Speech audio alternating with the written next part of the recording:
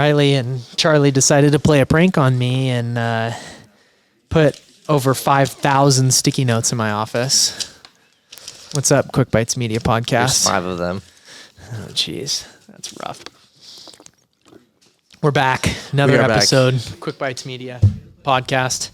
Charlie stepped in for me last week. How'd that go? It was great. I listened to the pod. It was pretty good. You liked it? Yeah. I loved hearing like your guys' insight on just everything, like finance, wealth, how you guys think about the world. That was like the most intriguing thing to me, is like how you think about things. Yeah, from like our age and like standpoint. Yeah, because then I compare it to mine, and it's just interesting. You know, the world's evolving. Usually, when you step down a generation, you start to learn about things and how different generations think of, you know, society, the world, how things work. So yeah, it's pretty interesting to me. Yeah, we wanted to do that. So what do we got on the docket today? Let's you want to just talk about the Logan Paul drama right now? Hey Charlie, you got any Prime? Yeah, it's actually on my lunchbox. It's terrible. Have you had Prime yet? No. Blake's a hater on everything. I'm just a hater because it's like, my brother drinks it. I don't know. I'm very jealous. It'd be so cool to have an energy drink or like a Gatorade type drink that's like doing the volume and sales. But what it speaks to, it's just like how important a personal brand is, people. They're the first, what was it? They are the first personal influencers to have a Super Bowl ad. Wow. That's interesting. Their run time's right before kickoff. So have you seen like the clip of KSI drinking the bottle, like right where Logan Paul's ding dong would be? Did you know that someone photoshopped that and posted it, and it wasn't them that did that? And I was like, that's so good. That's so good. But he's in a little lawsuit right now. Yes. You kind of know a little bit more than me. I do. I guess, so Logan Paul, the whole NFT world is going through a cleaning out phase, I think is the best way to put it, because when anything new like surfaces, like NFTs or like crypto and all of that, there's this huge run up of like everybody's trying to get their piece of the landscape. You know, if it's $1 trillion market, you know, there's going to be an opportunity for tons of people to make money somewhere. But usually when you see those run ups, like you see a sell off, you saw it in the tech bubble, you see it in real estate, you see it all the time when there's so much opportunity, everybody thinks that they can get in. So Logan Paul launched his Crypto Zoo NFT along with others, and he's currently getting sued for basically doing a rug pull where there's not a ton of value there. 90% of NFTs to me, there's a lot of value at the start, but it's like projects like what Gary's doing that you can tell it's going to go on for a while. Maybe there's this dip in engagement and value and things like that, but like there's just something with that I think that he has put himself out there to do very well, you know? Yeah, well, I mean, Gary's like, all right, let's take 8,000 people and do a conference, like actually do something. All these other projects are just like status, you know? It's like the Bored Apes, the Yacht Club, like what's going on there? Like, there's no like purpose of those besides like the status, and it's kind of like an access token, you know? Yeah. Like you look at it like, and I wouldn't compare it to a piece of art, even though it kind of is. It can be. It's kind of like buying access to certain things. And I think in the world that we live in today, like there's a lot more exposure to paying for access. Like we went to an event this morning that 90% of people speaking are sponsors of the event. So like it's a game of pay to play. Yep. You know, that's the world we live in. I mean, to get access into those circles and rings, you got to spend some money, you know? Yeah. You can't just expect to be rubbing shoulders with all sorts of individuals like that. But I think, I don't think anything's going to super play out with the Crypto Zoo thing. Yeah. Seems like he's chilling in Puerto Rico. Yeah. Doing cold plunges in his dirty ass cold plunge. I saw that today and I was just like, that doesn't seem right. Interesting. Because he's living in the jungle down there. I know. He is living in the jungle. Yeah. It's just, you know, all part of it, in my opinion. I mean, no matter how shitty it is or not, like, right.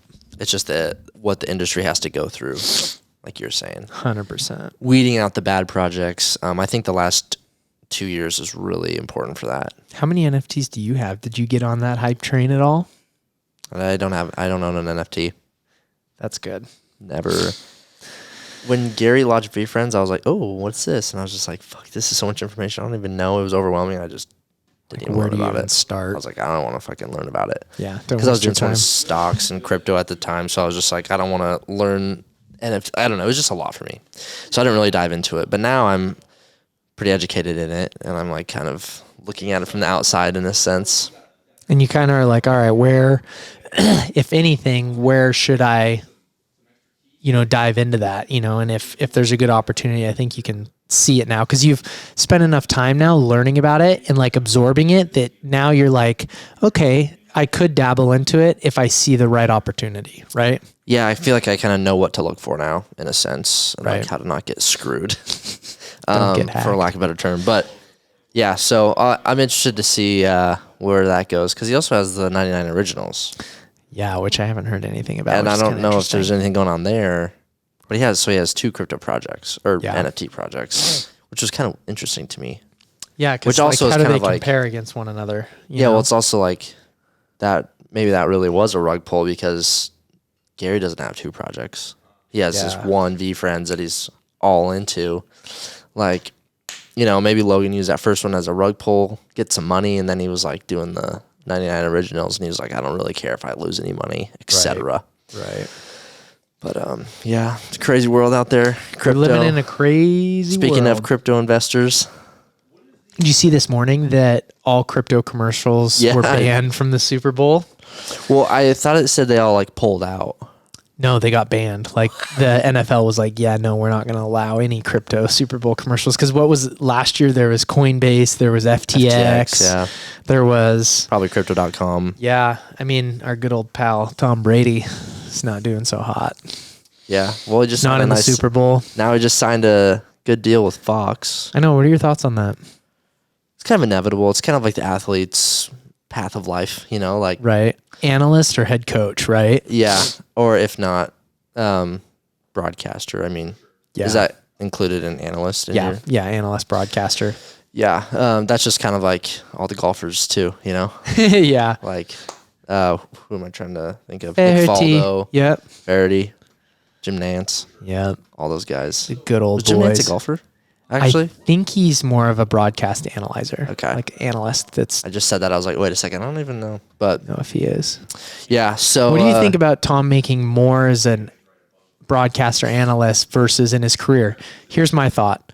It's fascinating because you look at the last 20 years of earnings for him.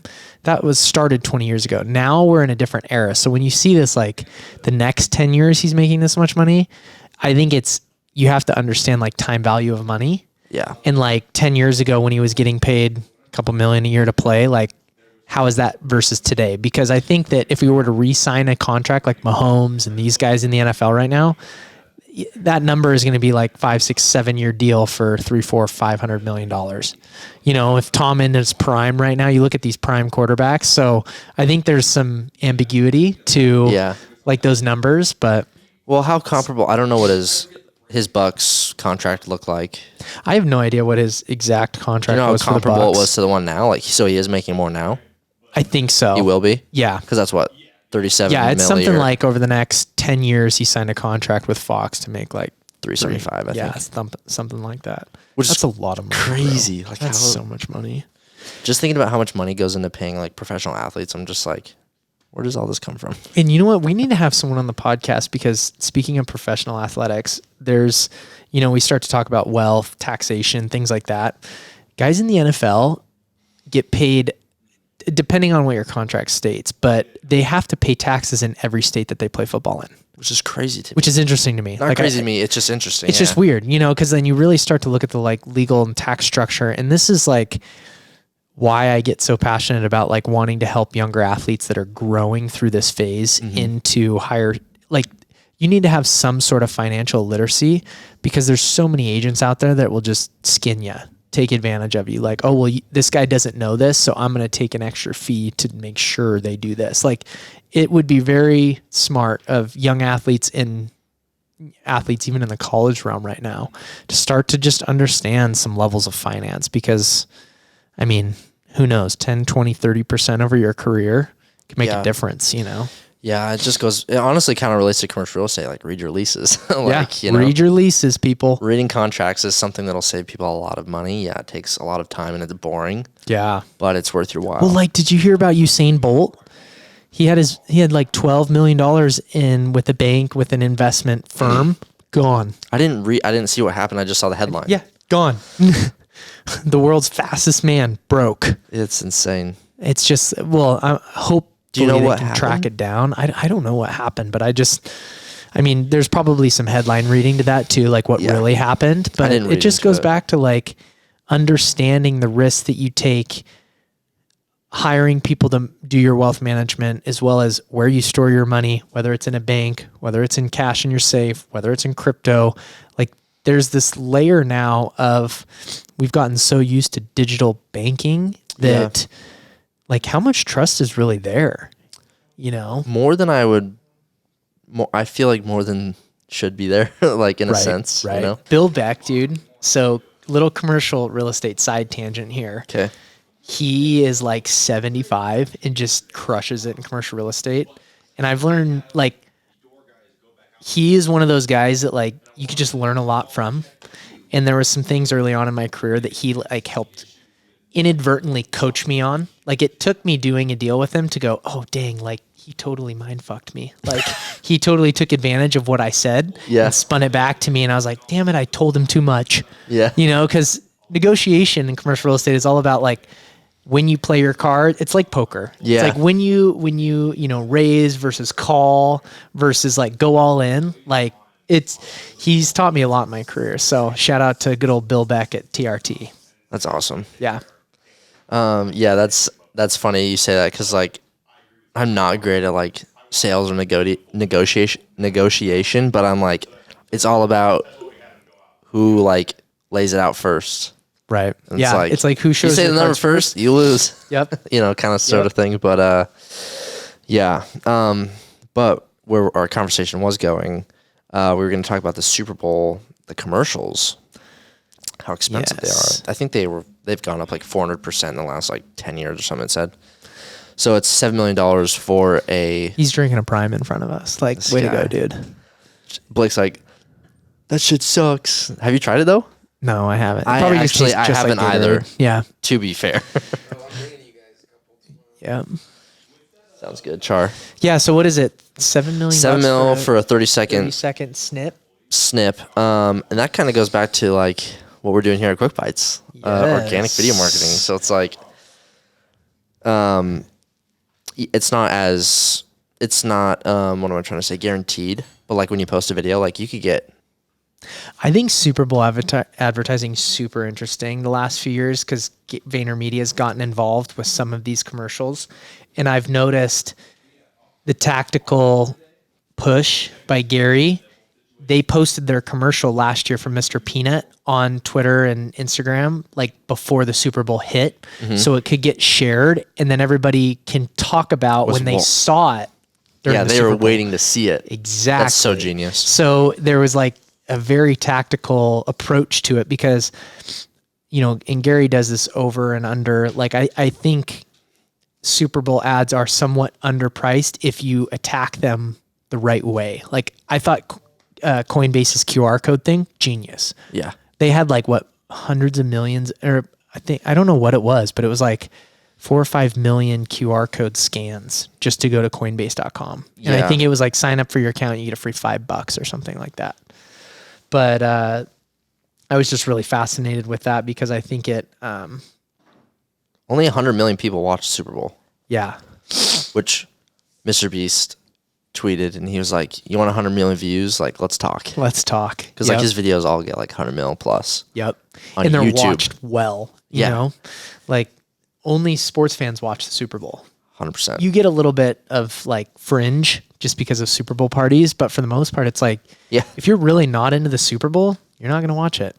Yeah. You know? It's crazy to me. Super interesting. I'm excited though for the commercials. I feel like lately it's kind of been like, expectations and then like the actual commercials, but who knows, maybe this year it'll be good. Hopefully they don't go to what I'm also interested to see is how much handheld commercials we'll see, because that's like a new thing in marketing right now is having motion in the background and like shooting film as if the person filming it is like the spokesperson as well. Like I wonder, let's keep track of that and then we can talk about it next week. Well, a lot of brands like UGC, which is user generated content, because it appeals acronyms. It appeals to a consumer that's like, oh, this is a real person that's doing this stuff. This is not like because there's a lot of advertisements where it's like, these are not paid actors. Yeah, they are. Whatever. I don't know how that all works, but when you see someone on Instagram and it's like a selfie video and they're like, I'm here at Albertsons buying this product, blah, blah, blah. It's like, that's way more worth that company's money than spending $10,000 on a radio ad or an Instagram ad in a sense, if that makes sense. But I agree. Yeah, it'll be interesting. There's a lot of innovation going on, like with marketing and video and integrating the two, and like VaynerMedia, I think, is like plowing the way from that. Like, yeah, it'll be interesting to see how it plays out this year, just because like there's this adjustment in marketing. I feel like Google SEO and like ad spend and Super Bowl commercials, like we're kind of like, I don't know, in this like transitionary period right now where like 100%. A few years ago it was like, why would you spend money on TV commercials, where now Super Bowl ads are kind of popular because of the outreach that you can connect it with social media. And like, because we don't watch commercials in normal TV. Like the only time we watch commercials are during the Super Bowl. So, you know, how tuned in are people? Like my mom, for example, she watches it to watch the commercials, not the football game. Yeah. So like, yeah, you know, you spin that and you're like, okay. There's a lot of people that do that too. You know? But it's also like, let's take it back to Mr. Beast. Like, they're paying $7 million for this 30-second commercial. Yeah. Mr. Beast is making these 10, 20, 30-minute videos once a month, and he's spending I don't know the metrics, was like 1 to 5 million or 1 to 3 million. Yeah. For like a 30-minute, 20-minute video. Yeah. I don't know. It's just kind of crazy to me. Because like the value is just so, I mean, obviously like nobody can just like go out there and get 100 million views, but like Mr. Beast. And then it's also like the top of mind too, that like plays into that, is like, how do you track that metric of ROI? Because it's like, it's kind of this elusive, like at that point you don't give a fuck. Yeah, right. When you're spending when you're spending $7 million on a freaking, the ROI is just so positive. You don't care where it's coming from, how it's going. Obviously they have metrics probably, but like Mr. Beast is bringing in all that ad revenue. He's like, I'll spend 50. He'll spend 75% of what he made. Yeah, reinvesting it. Yeah, a whole month on one video. So it's like he's all about reinvesting right now. And what's happened to like David Dobrik? I feel like he's kind of like dropped off the cliff a little bit. He's a like Snapchat god right now. Oh, is he? Yeah. Snapchat's paying a lot. Is it? For their verified subscriptions, like a lot. Dude, like, upwards of like I haven't been able to like wrap my head around Snapchat, because I had this like run up and then this drop off. And then I still talk to, so like my younger sisters are in their like early teens. Yeah. And they still just rip on Snapchat all day long. That's like the number one used app. It's like a number one means of communication for me for me. Like I text Bree, I text my friends, like not iMessage, but Snapchat. Yeah. And I don't know why. I was actually going to delete it the other day because I was like, I want to start using iMessage. But the subscriptions. I'm old. I send you iMessage all the time. Yeah. It's the only notifications you get. I prefer it. Like Bree doesn't check her iMessage ever. So if I want to contact Bree, I can't text her. I have to Snapchat her. I don't know. It's just lots of dick pics, huh? You know? But Bree's gonna love that. But no, the Snapchat, I guess there's shows and then there's just like verified subscriptions. Right. The shows pay a fuck ton from ad revenue. See, and that's just what's so interesting to me too. It's like, what is that Bad Baddie girl like got a Snapchat deal for like 70 mil for her show on Snapchat? I'm like, yeah, exactly. Blows my mind. And so if you have to go through agency to get a show, you can't just make a show yourself. Right. But I mean, it's just crazy numbers. I'm trying to think of one, like Barstool has a couple different Snap shows. Right. Yeah. But the way that Snapchat does it, like when you have those subscriptions, like it shows you like the thumbnails, like, you know, some hot chick. You're like, oh, awesome. But you have to watch 40 stories to get to that last picture. Right. And people are like, or it's like a food thing and it's like, oh, that looks awesome. And you're like, shit, gotta watch this whole thing. Yeah. Or it's like a news thing. It's like, this happened, but you have to watch 4 other news stories before you get to that one.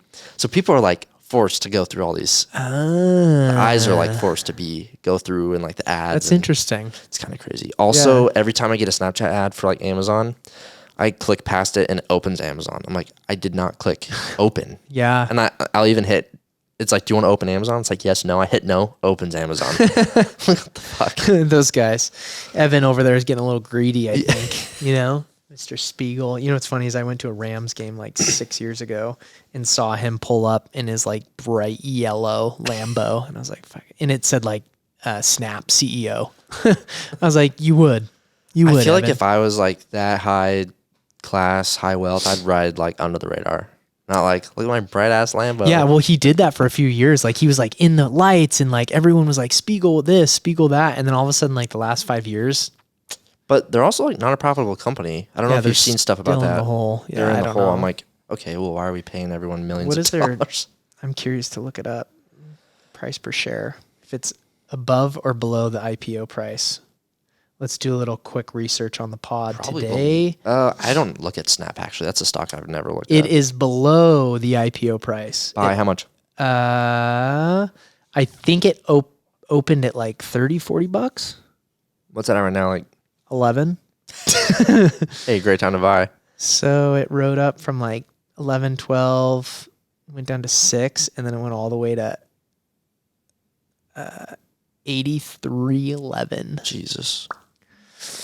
If you get motion sick, don't invest in Snap. Yeah, don't. Yeah, you're riding some big waves with that. Wow. But yeah, I saw a thing about how they're not profitable. I'm like, okay, you have all this. Like, how are you not profitable?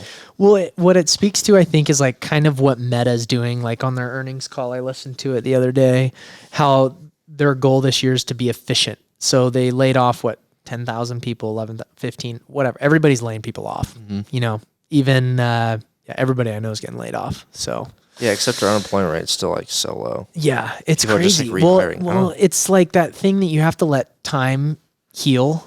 Yeah. You know, like But also inflation's like exactly. But I don't think you can look at the inflation numbers today, or not inflation, but like unemployment, and think that's real. Okay, well, if someone gets laid off in stipend packages, it's like, hey, we're going to pay you for another 3 months. True, and then true. you're done, or another 6 months. So we're not going to see these effects of these layoffs like for summer. at least 3 to 6 months, and Yeah. then all of a sudden it's like, you know, Powell's like hitting the rudder and the right rudder, and then soft landing. they did a Wes did a poll today. Oh, 3 different options. It was like, we're already in a recession. 2023 starts the recession, and we're almost through the recession, soft landing this year. And was the everyone data? said Soft landing? landing. Huh. I think Powell pulls it off because I think they've been very smart about raising rates quick, 75, 75, 75, 25. And I think that there's probably 2 more 25. They're kind of just like basis ripping the points. Band-Aid off. They are, and oof. that it's hard to be in a recession when you've got unemployment at like a 50-year low. Yeah. Like that's good. People have jobs. We don't want that number to go up. Like I think they want that number to go up because they've been printing so much money. Yeah. I don't know. There was also, he presented like this chart, and the one thing that, yes, our unemployment is low, but the labor participation is also low. Huh. Which I assume is like, That's just saying that maybe companies have gotten fat and happy and they need to trim some of their. yeah, like people have jobs, but like they're not doing anything, kind of sort of Exactly. thing. I think I don't really. Well, that would make sense to me because like if everybody has a job, then GDP, gross domestic production, should keep going up, and we're still either equal or negative, because Yeah. that's what dictates a recession, which we're in one. yeah. That's what it says based on the data and the metrics, quarter 3 and quarter 4 of last year. Credit card debt is up to $936 billion. Jeez. I think the stat Buy was now, pay later. Oh gosh, scary. Klarna's like. Yeah. they're like, I've been seeing a lot of yes. Klarna memes lately. The buy now, pay later thing. But I think the statistic was like 30% of Americans held a balance on their credit card, and now it's like 45% Wow. or something. It's just like, Well, Gosh. those eggs are just getting expensive, those eggs are Dude, expensive. one of my daughters loves hard-boiled eggs, like wants them for breakfast every You're day. like- We like go through a rack every 2 days, honestly. She eats them for like breakfast, lunch, and dinner. So, I mean, good. healthy to it, but like about to get some chickens. I'm definitely looking at the prices of eggs now when I go shopping Yeah. rather than just like grabbing the carton that looks decent, you know? Yeah. You got to get some chickens or find someone that has chickens. Dude, chickens are even getting expensive. Talking to the lady in the Albertsons line, she's like, yeah, my other job is I work as ranch hands and help out, and our chicken sales like gone through the roof, so we're starting to charge more. I'm like, whoa. All right, well. Quick Bites Media. That was a great pod. That was a good pod. Kind of random, but I think we had some good points in there. Yeah, some very relevant information. Leave it up to Char. It'll look good. Yeah. Over and out.